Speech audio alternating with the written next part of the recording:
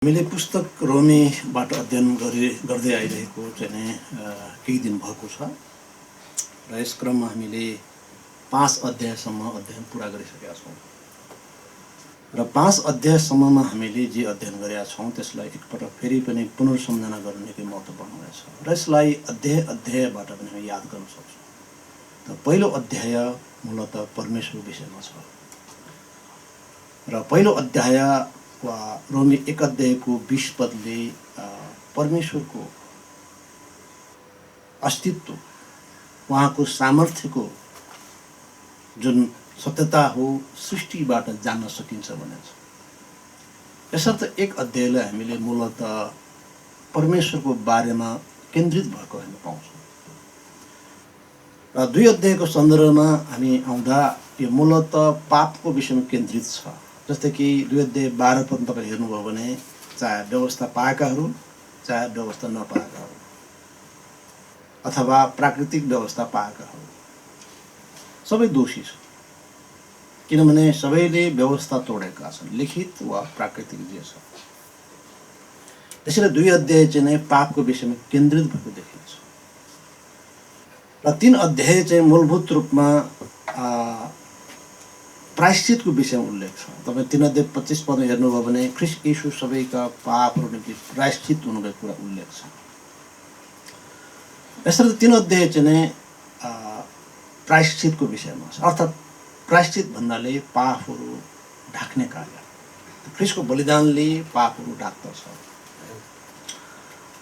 र त्यसपछि हामी 4 अध्यायको 3 पदमा आउँदाखेरि अथवा 4 अध्यायमा आउँदाखेरि विश्वासको विषयमा उल्लेख गरिरहेको छ। विश्वास मूल विषय हामी पाउँछौँ 4 अध्यायमा। 4 अध्याय 3 पद तपाईँ हेर्नुभयो भने अब्राहम विश्वासबारे धर्मी भयो। त्यसरी यस अध्यायको मूल शीर्षक भनेको विश्वास नै हो र 5 अध्यायमा आइसकेपछि मूल विषय हामी मिलाप पाउँछौँ कि परमेश्वरसँग अब हाम्रो मिलाप भएको छ। 5 अध्याय 1 पदमा तपाईँ त्यो पाउनुहुन्छ र 6 अध्यायमा आइसकेपछि अब तपाईँले नयाँ जीवन देख्नुहुन्छ, जुन चाहिँ मूलतः 6 अध्याय 4 पदमा पाउनुहुन्छ। अब हामी नयाँ जीवनको चालमा हिँड्नुपर्छ भन्नुहुन्छ। यसरी 1 अध्याय परमेश्वर विषयमा केन्द्रित, 2 अध्याय पापको विषयमा, 3 अध्याय प्रायश्चितको विषयमा, 4 अध्याय विश्वासको विषय र 5 अध्याय चाहिँ मिलापको विषयमा र 6 अध्याय चाहिँ अब हामी नयाँ जीवनको क्रममा छौँ। अथवा मूलतः 6 अध्याय भनौँ 5 अध्याय मिलापको विषय छ र 6 अध्याय नयाँ जीवनको सुरुवात छ। यसर्थ हामी एकातर्फ एउटा रूपरेखाको हिसाबबाट हेर्नु भने 5 अध्यायबाट 8 अध्यायसम्म लगातार ख्रीष्ट येशूमा विश्वास गरिसकेपछि आएको जुन छुटकारा हो यसको विषयमा केन्द्रित छ। तैपनि हामी अध्यायबाट जाँदाखेरि अझै स्पेसिफिक रूपमा केन्द्रित हुँदा 5 अध्याय परमेश्वरसँगको मिलापको विषयमा केन्द्रित छ र 6 अध्याय अब हामी नयाँ जीवन जिउनु पर्छ। यसैले परमेश्वरसँग हाम्रो सङ्गतिको लागि पाप हाम्रो मुख्य अवरोध हो 2 अध्यायले भन्छ र त्यस अवरोधलाई हटाउन ख्रीष्ट येशू कल्वरी क्रुसमा बलिदान हुनुभयो, प्रायश्चित हुनुभयो, 3 अध्यायले भन्छ। अब ख्रीष्ट येशूमा विश्वास गरेर हामी मुक्ति पाउँछौँ अथवा हाम्रो जिम्मेवारी विश्वास गर्ने हो, जसले अब्राहमले गरे। 4 अध्याय अब्राहमको बारेमा उल्लेख छ। त विषयगत रूपमा कुरा गर्दा यो विश्वासमा यो केन्द्रित छ र 5 अध्याय अब विश्वासले के ल्यायो त भन्दा परमेश्वरसँग मिलाप ल्यायो। 5:1 पदमा हामी त्यो पाउँछौँ। अब परमेश्वरसँग मिलाप भइसकेपछि अब हामीहरू नयाँ जीवनको चालमा हिँड्नुपर्छ र यो विषय चाहिँ अब 6 अध्यायबाट प्रारम्भ हुन्छ। तब हामी के भनौँ त अनुग्रह प्रशस्त होस् भनेर कि हामी पापमा लागिरहौँ। यो प्रकारले 6 अध्याय चाहिँ नि अब नयाँ जीवनमा केन्द्रित छ, नयाँ विषयमा अथवा नयाँ जीवनसँग केन्द्रित छ वा सम्बन्धित छ। किनभने अब हामीले अनुग्रह प्राप्त गरेका छौँ, अनुग्रह प्राप्त गरेका छौँ। यसर्थ विश्वासद्वारा धर्मीकरणको शिक्षापछि अब पावल प्रेरितले धर्मीकरणको फल स्वरूप अब हामी कसरी नयाँ जीवन जिउनु पर्छ, अथवा हामी कसरी पवित्र जीवनको चालमा जिउनु पर्छ, यो विषय यहाँ उल्लेख छ। र हामीले यसअघि 5:20 हेरेका हौँ, जहाँ पाप प्रशस्त भयो त्यहाँ अनुग्रह प्रशस्त भयो। जहाँ पाप प्रशस्त भयो त्यहाँ अनुग्रह प्रशस्त छ। प्रभुको अनुग्रह पापीको बिचमा प्रशस्त भयो, न कि धर्मीहरूको बिचमा। किन प्रभु पापीहरूको छुटकाराको लागि आउनुभयो, न कि धर्मीहरूलाई बचाउन आउनुभयो। अर्थात् जसले आफ्नो पापको दुष्टता, त्यसको ज्यादै डरलाग्दो जुन स्वरूप हो त्यो बुझ्दछ र प्रभुको चरणमा आउँदछ, उनीहरूले अनुग्रह पाउँछ, उनीहरूले क्षमा पाउँछ। जसले म पापी छु, हाय म पापी, म माथि दया गर्नुहोस्, एउटा चाहिँ महसुल उठाउने एउटा पापीको प्रार्थनाले प्रभुले कति उच्च आदर दिनु। त उनले क्षमा पाए, उनले अनुग्रह पाए भने। तर फरिसीको प्रार्थना, हे परमेश्वर, म समय समयमा उपवास बस्छु, दशंश भेटिदिन्छु, सब गर्नुपर्ने मैले काम गरेको छु, यो पापी जस्तो म होइन। जुन प्रार्थना उनले गरे, उनको पाप उनीसँगै रहे, उनले अनुग्रह पाएनन्। यसर्थ चाहिने पाप जहाँ प्रशस्त भयो त्यहाँ धेरै अनुग्रह हुने रहेछ भन्ने जुन शिक्षा छ अथवा सत्यता छ 5:20 को, त्यसको माने यो होइन कि हामीले थुप्रै पाप गर्नु पर्ने रहेछ, त्यो होइन। पापको महसुस गर्ने हो, पापको दुष्टता, पापको भ्रष्टता, त्यसको कुरूपता याद गर्ने हो, बुझ्ने हो, र त्यसको लागि दुखी हुने हो। पाउले त्यो अनुभूति गरे। उनले भनेका छन्, म त सबैभन्दा पापी हुँ, ज्यादै खराब मान्छे, म स्टिफनसको हत्यामा संलग्न छु भनेका छन्। उनले आफ्नो घोर दुष्टता, भयङ्कर त्यो घृणास्पद त्यो जीवनलाई, अवस्थालाई बुझेका छन्। हाय मलाई कसले बचाउनु भनेको छ। यसर्थ उनलाई धेरै अनुग्रह मिल्यो। यसैले अब चाहिँ नि जुन 6 अध्यायमा सुरुवात भएको छ कि अनुग्रह प्रशस्त होस् भने कि हामी पापमा लागिरहौँ, यो प्रश्न उठ्न सक्छ। जहाँ धेरै पाप छ वा पाप प्रशस्त भयो, त्यहाँ अनुग्रह पनि प्रशस्त भयो भन्ने जुन 5 अध्यायमा आयो, त्यसैको सिलसिला पनि यहाँ जोडिया छ। त अब स्पष्ट कुरा के त भन्दाखेरि हामी पाउँछौँ कि 2 पदमा कि कदापि होइन, हामी जो पापको निम्ति मरिसकेका छौँ, अब उसो कसरी त्यसैमा जिउनु भन्नु खोजेको त्यो हुँदै गयो। जब पाप प्रशस्त भयो, अनुग्रह पनि प्रशस्त हुन्छ भनेको तात्पर्य हामीले धेरै पाप गऱ्यौँ भने धेरै क्षमा पाउँछौँ भनेको होइन। पापको दुष्टता, पापको कुरूपता जति हामी महसुस गर्छौँ र प्रभु कहाँ हामी आउँछौँ, त्यति नै हामीले अनुग्रह पाउने हो। जति हामी उहाँको महानता बुझ्छौँ, उहाँको चरणमा हामी आफूलाई क्षुद्र देख्छौँ, हामी उहाँको सामुन्ने आफूलाई नम्र पार्छौँ, उति नै हामी अनुग्रह पाउँछौँ। एकदम ठिक छ, म धर्मी छु, अरूभन्दा म केही कम छैन, अरू चर्चका जस्तो होइन, हाम्रो चर्च एकदम यो हो वा त्यो हो, अरू विश्वासी जस्तो होइन, म चाहिँ यो हो वा त्यो हो। उनीहरूलाई अनुग्रह मिल्दैन। प्रभुले सिकाउनु भएको शिक्षा त्यो हो, जसले आफूलाई नम्र पार्छ, जसले आफूलाई पापी महसुस गर्दछ। हाय मलाई, हाय म कति कमजोर छु, पावल ख्रिस्टमा आएको व्यक्ति हो, तथापि उनले भनेका छन् 7 अध्यायमा, म जे गर्न चाहन्छु म त्यो गर्दिनँ, र जे गर्नुपर्छ भने बुझ्छु म त्यो गर्दिनँ, जे गर्नुपर्छ गर्नु हुँदैन भन्छु त्यो म गर्ने गर्छु। यसर्थ म भित्र पुरो डरलाग्दो दुष्टता छ, उनले यो महसुस गरेको है। यसर्थ हामी यस खण्डमा मूलत हामी 6 अध्यायको हामी 1 देखि 13 पदको खण्डमा पढ्दा मूलत हामी 2टा पक्ष हेर्छौँ।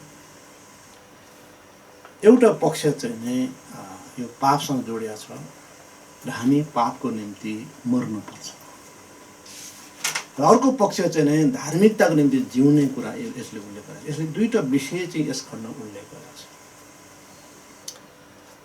त अब पहिलो नम्बरमा के त भन्दा पापको सवालमा कि हामीहरू फेरि पापको निम्ति जिउनु हुँदैन।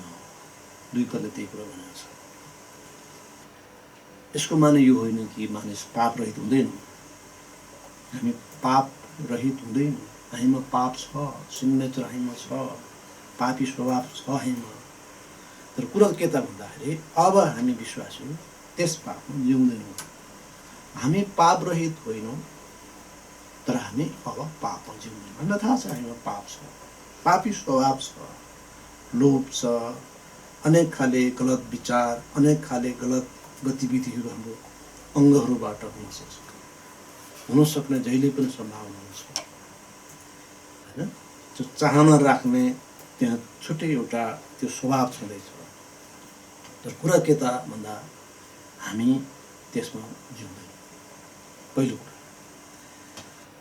र हामी यस क्रममा पढ्दै जानेछौँ 1 देखि 3 देखि 6 पदसम्म। वा हामीहरू मध्ये जतिजनाले येशू ख्रिस्टभित्र बप्तिस्मा लियौँ, हामीले उहाँकै मृत्युभित्र बप्तिस्मा लिएका थियौँ भन्ने कुरा के तिमीहरूलाई थाहा छैन? यसकारण हामी उहाँसँगै बप्तिस्माद्वारा मृत्युभित्र गाड्यौँ, जसरी पिताको महिमाद्वारा ख्रिस्ट मरेकाहरूबाट बगाइनुभयो, त्यसैले हामी पनि जीवनको नयाँपनामा हिँड्नु पर्दछ। किनकि यदि हामी उहाँको मृत्युको समानतामा एकै साथ जोडिएका छौँ भने उहाँको बलिठाइको समानतामा पनि जोडिएका हुनेछौँ। पापको शरीर बेकममा होस् भनेर हाम्रो पुरानो मान्छे उहाँसँगै क्रुसमा टाँगियो भन्ने कुरा थाहा गर्दै अब उसो हामी पापको दास हुनुहुँदैन। यसर्थ पापको सम्बन्धमा पहिलो सत्यता के हो भन्दा हामीहरू फेरि पापको निम्ति जिउनु हुँदैन। 2 पदले भनेको छ। यद्यपि हामीहरूमा पाप छ, हामी पाप रहित होइनौँ। पापको प्रेजेन्स छ, पापको उपस्थिति छ, किनभने शरीरमा रहन्जेल हामीमा त्यो सिन नेचर, पापी स्वभाव छ, पुरानो मान्छे हाजिर हुन्छ। तर हामी अब त्यसको लागि जिउँदैनौँ, अथवा पापको लागि जिउनु हामी बचाइएका होइन, पाप गर्दै हिँड्नलाई होइन, फेरि त्यही पापमा निरन्तरता दिनलाई हामी बचाइएका होइनौँ। त्यति ठुलो अनुग्रह हामीले त्यस पापमै जिइरहन पाएको होइनौँ। र दोस्रो सत्यता के त भन्दाखेरि पापको शरीर नष्ट हुनुपर्छ। 6 पदले पापको शरीर नष्ट हुनुपर्छ, अर्थात् हामीहरूले अब पापको सेवा गर्नु हुँदैन। हाम्रो अङ्गहरूले पापको सेवा गर्न सक्छ, पापलाई खुसी पार्न सक्छ, अथवा भनौँ पापको निम्ति हामी जिउन सक्छौँ। यसकारणले अब हामीले पापको शरीरलाई नष्ट गर्नुपर्छ, अर्थात् पाप गर्ने जुन अङ्गहरूको जुन चाहना हो त्यसलाई हामीले हुन्न भन्नुपर्छ।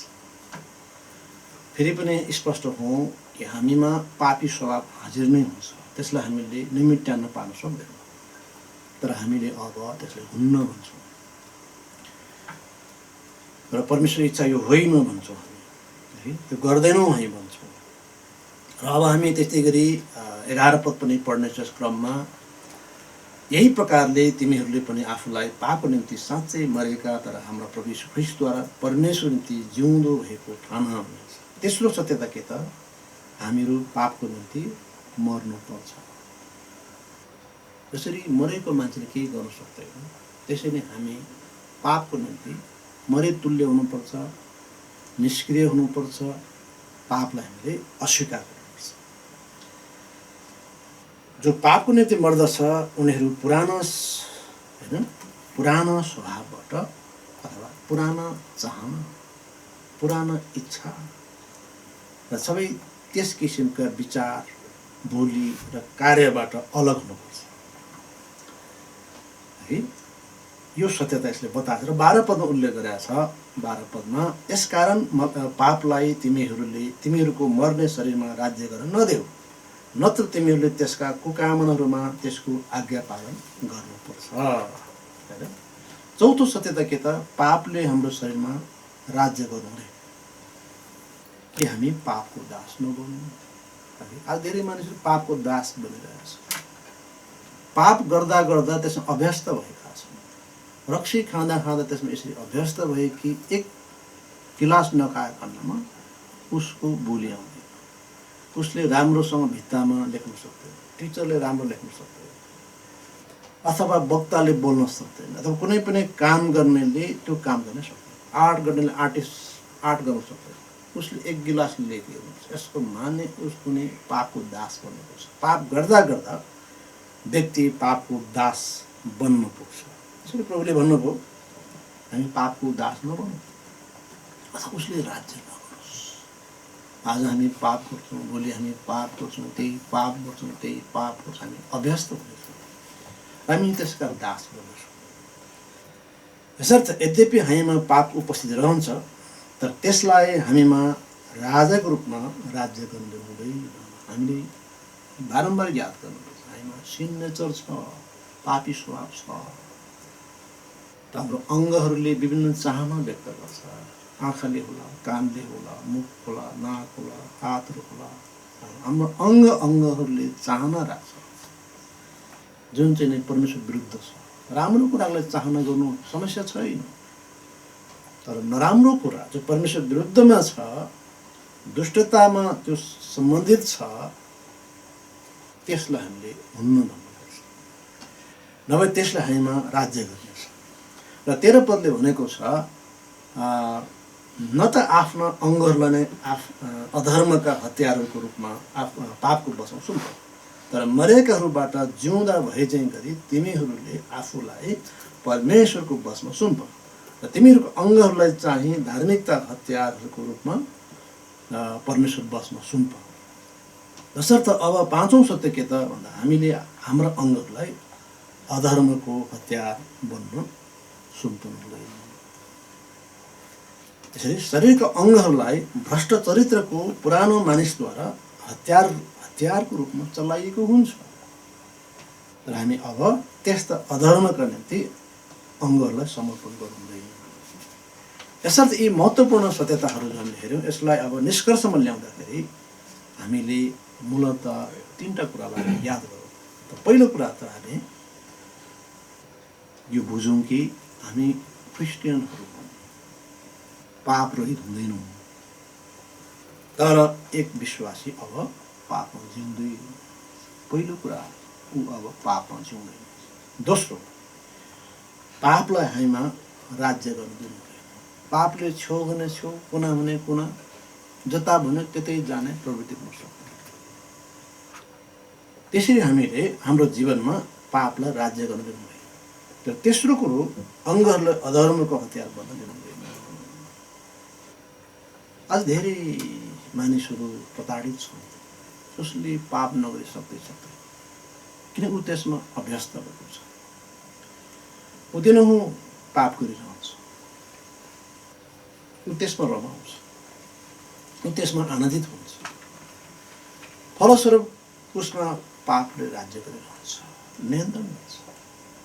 ऊ परमेश्वर निम्ति अलिकति समय निकाल्न सक्छ, तर उसको अभिलाषा पुरा गर्न निरन्तर सबै समय खटिन्छ र उसको अङ्गहरू अधर्मको हतियार बनेको हुन्छ। र अर्को तथ्य पनि यस खण्डमा उल्लेख गरेको छ, त्यो के त भन्दा धार्मिकताका निम्ति जीवन, अथवा अब हामी धार्मिकताको निम्ति जिउनु पर्छ, पापको निम्ति जिउनु हुँदैन, पापलाई राज्य गर्न दिनु हुँदैन, र हाम्रो अङ्गहरू पापका हतियार बन्न दिनु हुँदैन भन्ने यो महत्त्वपूर्ण तथ्यहरू पछाडि अब हामी धार्मिकताको निम्ति जिउनु पर्छ भन्ने सत्यता यस खण्डमा पाउँछौँ। अहिले जुन साँझ 6:1-13 हामी हेर्दैछौँ, त पहिलो सत्यता हामी के पाउँछौँ त 4 पदमा हामी पाउँछौँ। अघि पनि हेरेका हौँ, 4 पद लेखिएको छ, यसकारण हामी उहाँसँगै बप्तिस्माद्वारा मृत्युभित्र गाड्यौँ, जसरी पिताको महिमाद्वारा ख्रिस्ट मरेकाहरूबाट दोहोऱ्याइनुभयो, त्यसरी नै हामी पनि जीवनको नयाँपनामा हिँड्नु पर्दछ। पहिलो कुरा, हामीहरू जीवनको नयाँपनामा जिउनुपर्छ। हिजो हामीले त्यस बाटो हिँडेका थियौँ, हिजो हामी त्यस मार्गमा जिएका थिएनौँ, किन हामी मरेका थियौँ। जीवनको नयाँपना हामीलाई थाहा थियो, पवित्र आत्माको इच्छा हामीलाई थाहा थियो, उहाँको नियन्त्रण थाहा थियो, र यी सबै कुराहरूबाट हामी बिराउन थियौँ। यसर्थ अब हामी जीवनको नयाँपनामा जिउँछौँ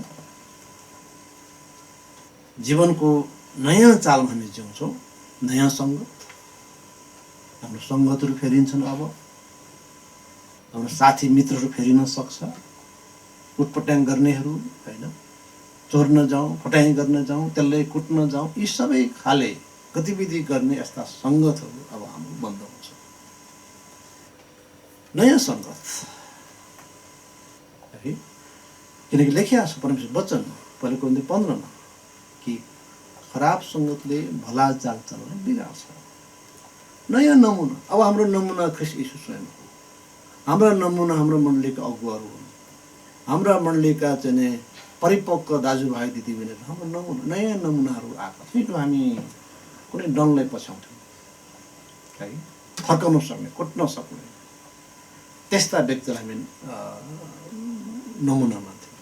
अब हाम्रो नमुना फेरिएको छ, हर पक्षमा परिवर्तन आएको छ। दोस्रो सत्यता हामी 11औं पदमा हामी पाउँछौँ।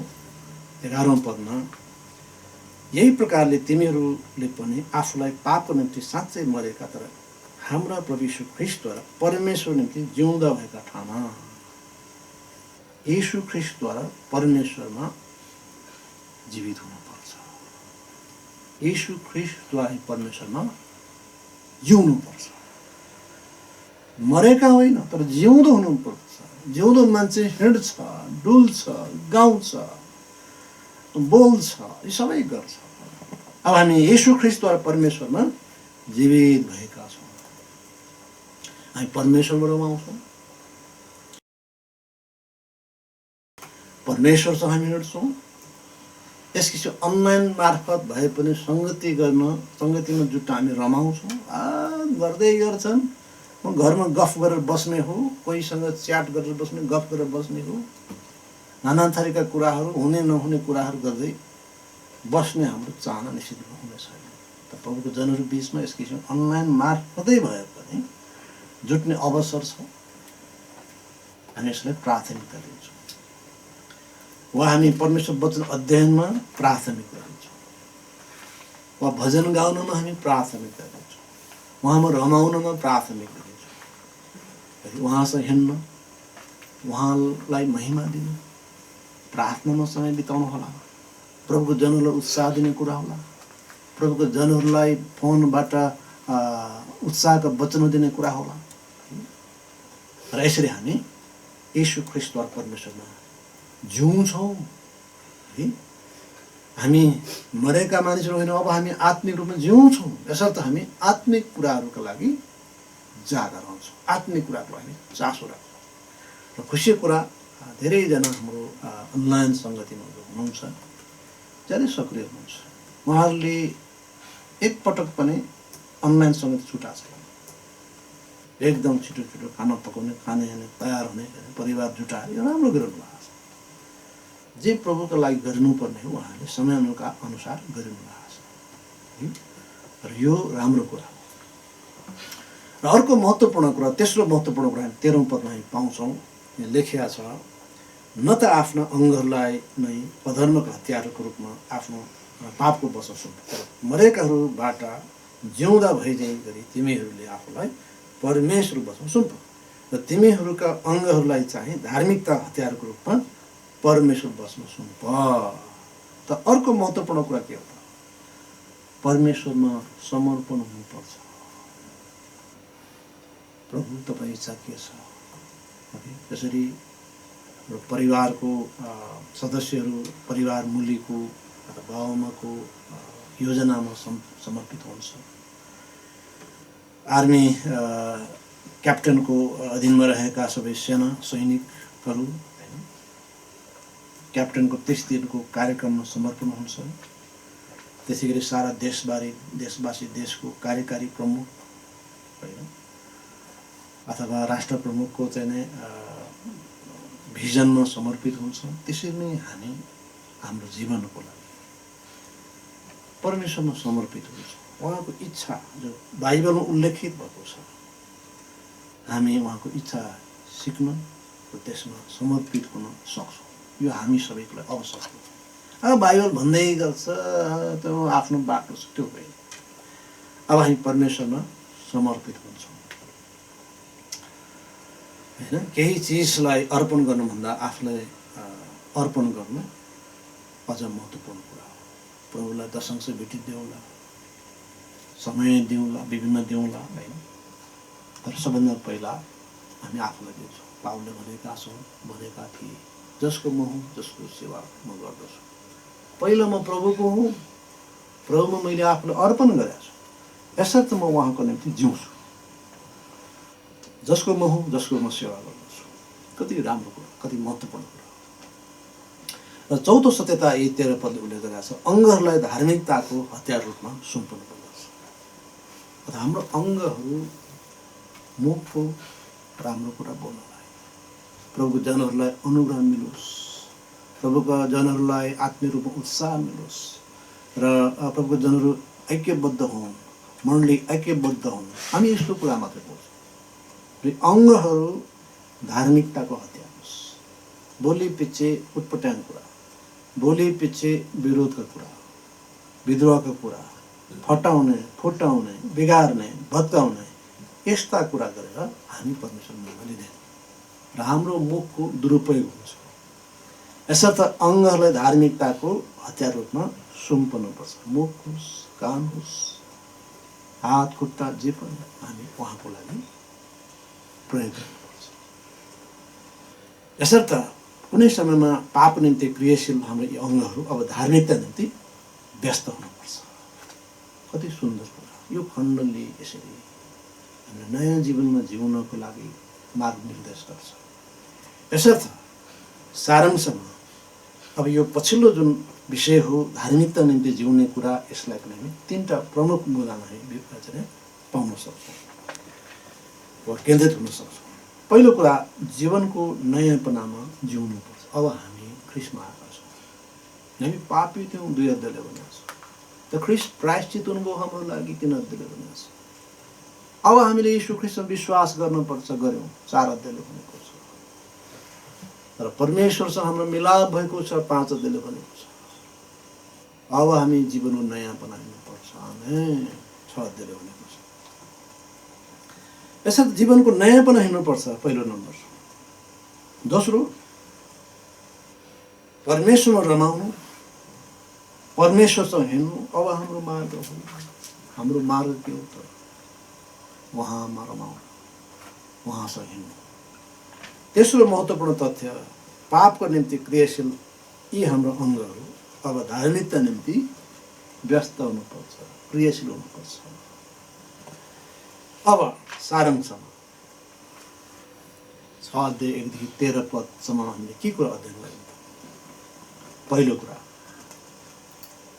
क्रिस्चियनहरू पाप रहित हुँदैनन्, तर अब उनीहरू पापमा जिउनु हुँदैन। पहिलो।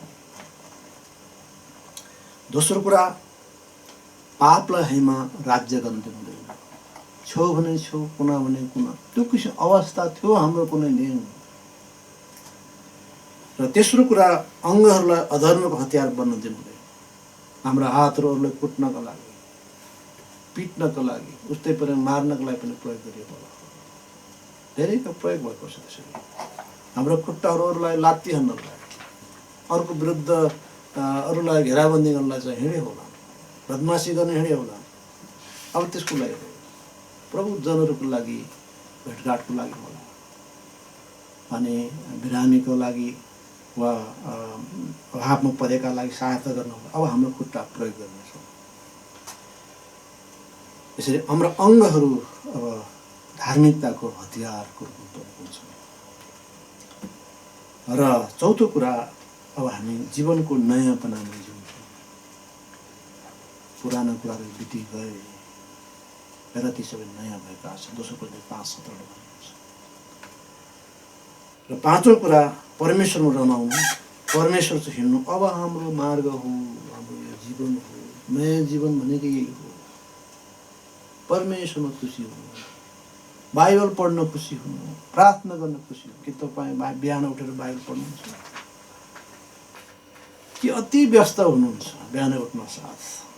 ठिक छ, तपाईँले सधैँ बाइबल पढ्न सक्नुहुन्न होला, तर मिलाउनुहोस्, समय मिलाउनुहोस्, बाइबल पढ्नु। आफ्नो निजी बाइबल अध्ययन हुन आवश्यक छ। उत्पत्तिदेखि थाल्नुहोस् तपाईँ, प्रकाशमा पुर्याउनुहोस्, त्यहाँदेखि अन्तिम मिति लेख्नुहोस्। मैले यो मितिमा सिधाएँ, अगाडि पनि मिति लेख्न सक्नुहुन्छ, कुन मितिमा थाल्नु, फेरि अगाडिबाट फेरि थाल्नु, यसरी गर्नु कति राम्रो होला है। यसर्थ हामी परमेश्वरमा आउनुपर्छ, उहाँसँग हिँड्नुपर्छ। प्रार्थना महत्त्वपूर्ण छ। सङ्कटको समयमा प्रभुलाई प्रार्थना गर्नुहोस्, लामो लामो लामो प्रार्थना गर्नुपर्छ। प्रभु तपाईँ इच्छा के हो, यो विषय के हो, शोधनी गर्नुहोस्। प्रभु तपाईँलाई जवाफ दिनुहुन्छ। प्रभु जीवित हुनुहुन्छ। र छैटौँ कुरा, पापको निम्ति क्रियाशील हाम्रै अङ्गहरू अब धार्मिकता निम्ति व्यस्त हुनुपर्छ। यसर्थ पुस्तक रोमी ज्यादै महत्त्वपूर्ण छ। यो हामीले अध्ययन गर्नै पर्छ, गर्नै पर्छ, गर्नै पर्छ। यस पुस्तक रोमीको 1 अध्यायले परमेश्वरको महानता उल्लेख गर्छ। परमेश्वर हुनुहुन्छ, उहाँको सामर्थ्य, उहाँ सामर्थ्य हुनुहुन्छ भन्ने कुरालाई 1 अध्यायले उल्लेख गर्छ। 1 अध्याय 20 पद हेर्नुहोस्, त्यसको चाबी पद त्यसलाई भन्न सकिन्छ। 1 अध्याय हामी सबै पापी छौँ, चाहे लिखित व्यवस्था पाएका, चाहे प्राकृतिक व्यवस्था पाएका, त हामी सबै चुकेका छौँ, सबै पापी छौँ। 2:12ले भनेको छ। तर ख्रीष्ट येशू हामी सबैको निम्ति प्रायश्चित हुनुभयो, हामी सबैको पाप ढाक्न बलिदान हुनुभयो। 3:25 पदले भनेको छ। हामीले के गर्नुपर्छ? येशू ख्रीष्टमा विश्वास गर्नुपर्छ। अब्राहमले विश्वास गरेर धर्मी ठहरे, 4:3 पदले भनेको छ। अब त्यस विश्वासको कारणले परमेश्वरसँग हाम्रो मिलाप भएको छ, 5:1 पदले भनेको छ। अब हामी जीवनको नयाँपना हेर्नुपर्छ। ख्रीष्टसँग मिलाप भएको छ, परमेश्वरसँग मिलाप भएको छ, मुक्ति पाएको छ। अब हामी जीवनको नयाँपना हेर्नुपर्छ। जीवनको नयाँपना हेर्नुपर्छ भने के हो त? एकदमै चाहिँ म आत्मिक छु, यहाँ त्यहाँ छु, त्यो पटक्कै होइन। आत्मिक घमण्ड अर्को पाप, अर्को दुष्टता हो। धेरै क्रिस्चियनहरूले गर्ने गल्ती एउटा त्यो, म एकदम धर्मी छु, एकदम म ठिक छु, यिनीहरू जस्तो होइन, हाम्रो मनले एकदम ठिक छ, यिनीहरूको जस्तो होइन। यो बिल्कुलै फरिसी मत हो। प्रभुले त्यो दृष्टान्त भन्नुभएको छ। फरिसीको प्रार्थना एउटा पापीको प्रार्थनाको दृष्टान्त दिनुभयो प्रभुले। तसर्थ हामी नठोक्यौँ। घमण्डीहरूलाई प्रभुले कारवाही गर्नुहुन्छ, तर नम्रहरूलाई अनुग्रह दिनुहुन्छ। हामी जीवनको नयाँपनामा जिउँछौँ। 6:4 पदले भन्छ, अब हामी जीवनको नयाँपना हिँड्नुपर्छ। र 3 र 4 पदले भनेको छ कि ख्रीष्ट येशू हामी सबैको लागि मर्नुभयो र फेरि बौरी उठ्नुभयो। अब हामी पुरानो मानिस ख्रीष्टसँग मरेको छ र नयाँ मानिस ख्रीष्टसँग जीवित भएको छ। अब हामी जीवनको नयाँपना हेर्नुपर्छ। प्रभु तपाईँलाई प्रशस्त आशीष दिनुभएको होस्।